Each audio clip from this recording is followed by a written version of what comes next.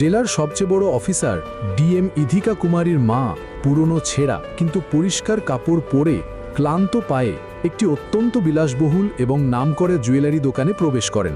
তার পোশাক ও চলাফেরা দেখে কেউই আন্দাজ করতে পারেনি যে তিনি এই জেলার ডিএমের মা। তার মুখে ছিল নিষ্পাপ ভাব, কিন্তু চোখে স্পষ্ট ফুটে উঠছিল বছরের পর বছর তপস্যা ও সংগ্রামের ছাপ। দোকানে উপস্থিত সকল গ্রাহক, কর্মী এবং ম্যানেজারের দৃষ্টি একযোগে সেই বৃদ্ধার দিকে স্থির হয়ে যায়। সবাই তার দিকে তাকিয়ে থাকতে থাকে, যেন কোনো অচেনা জগতের প্রাণী এসে পড়েছে। কেউ কেউ নিজেদের মধ্যে ফিসফিস করতে শুরু করে, মনে হচ্ছে কোনো ভিখারি ভিতরে ঢুকে পড়েছে, জানি না কে তাকে ভিতরে ঢুকতে দিয়েছে। বৃদ্ধা এসব অনুভব করছিলেন, কিন্তু তা উপেক্ষা করে এগিয়ে যান।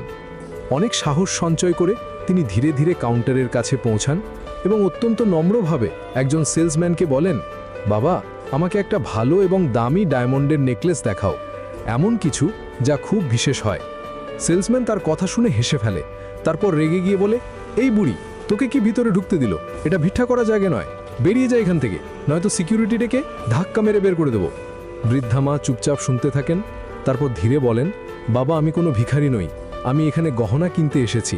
তোমাদের দোকানের মান সম্পর্কে অনেক কিছু শুনেছি, আর আমার কাছে এত টাকা আছে যে আমি নেকলেস কিনতে পারি।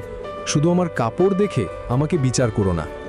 এই সময় আরেকজন কর্মী মাঝখানে লাফিয়ে পড়ে এবং চিৎকার করে বলে, চল এখান থেকে বেরিয়ে যা, নয়তো এমন মারবো যে হাঁটার ক্ষমতা থাকবে না।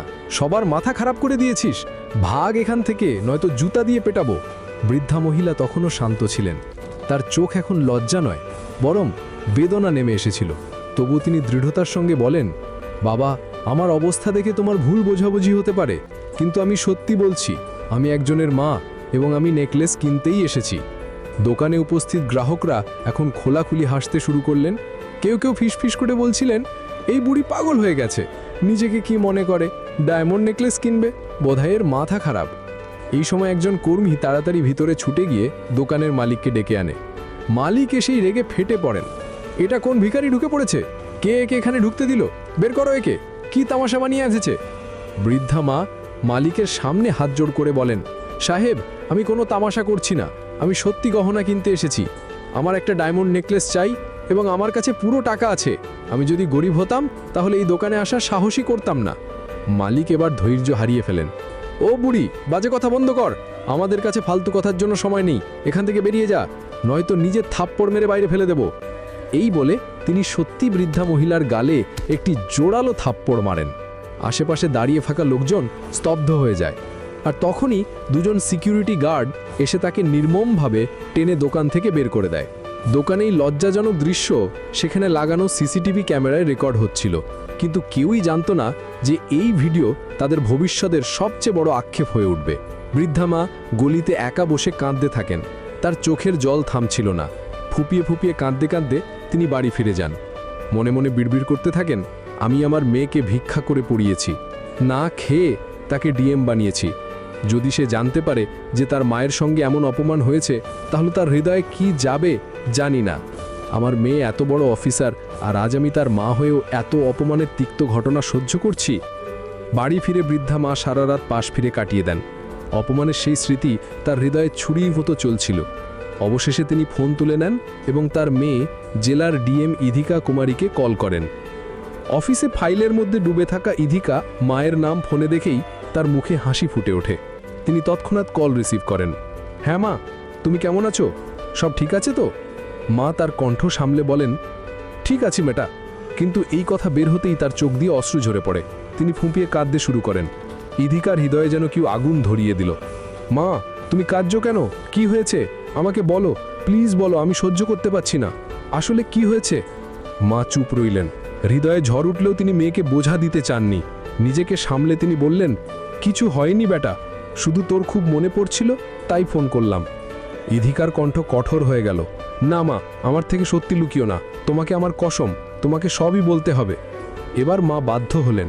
কাপা কণ্ঠে তিনি সব বলে দিলেন।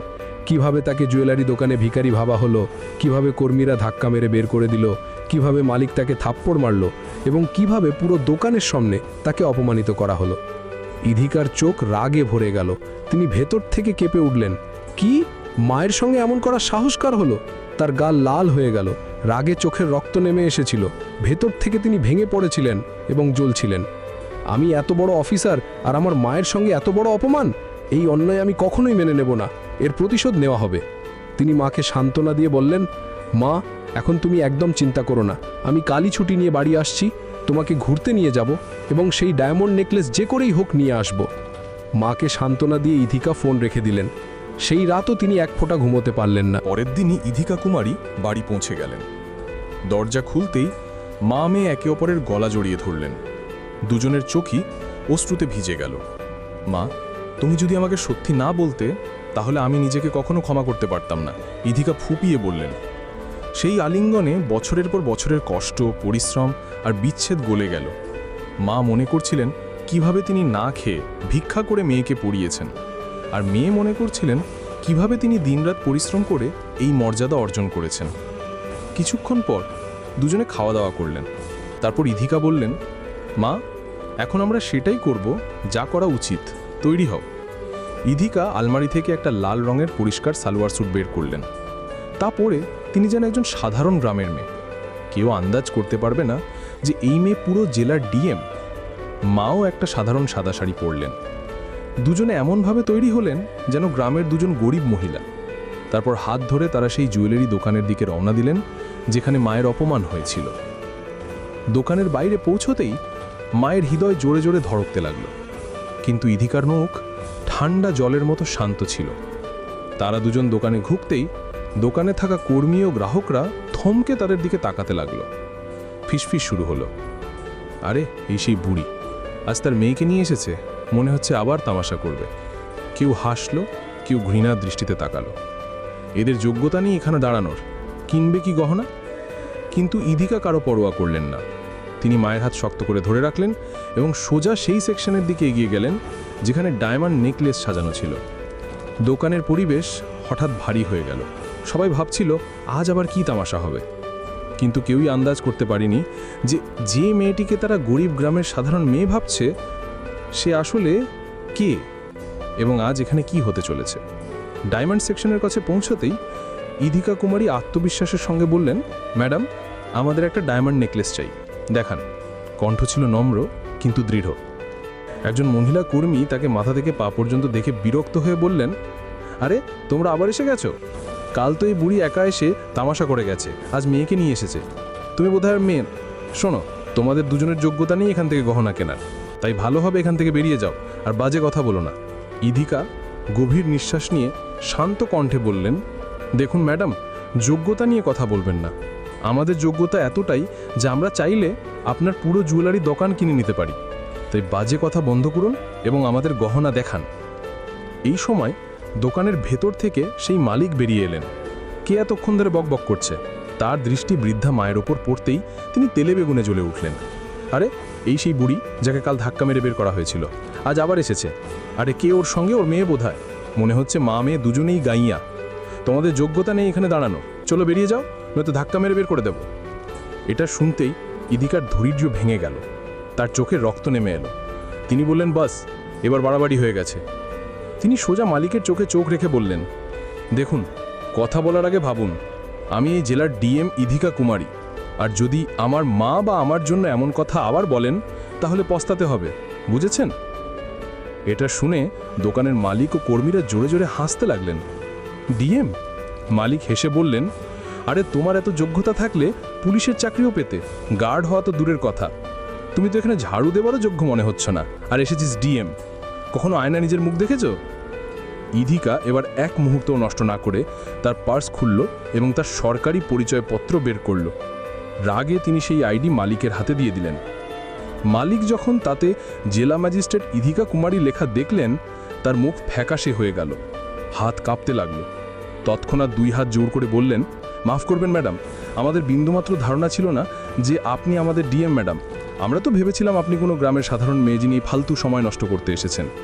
আপনি যা চান আমরা তৎক্ষণাৎ দেখাচ্ছি, প্লিজ রাগ করবেন না। কিন্তু ইধিকার রাগ এখন শান্ত হচ্ছিল না।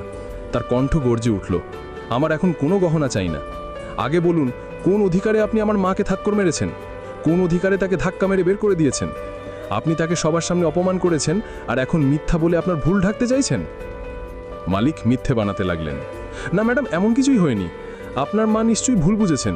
আমরা তাকে শুধু ফিরে যেতে বলেছিলাম, মারধর করিনি। তিনি হয়তো মিথ্যা বলছেন, প্লিজ এই কথাগুলো ভুলে যান। ইধিকার চোখে ঘৃণা নেমে এলো। মিথ্যা বলা বন্ধ করুন।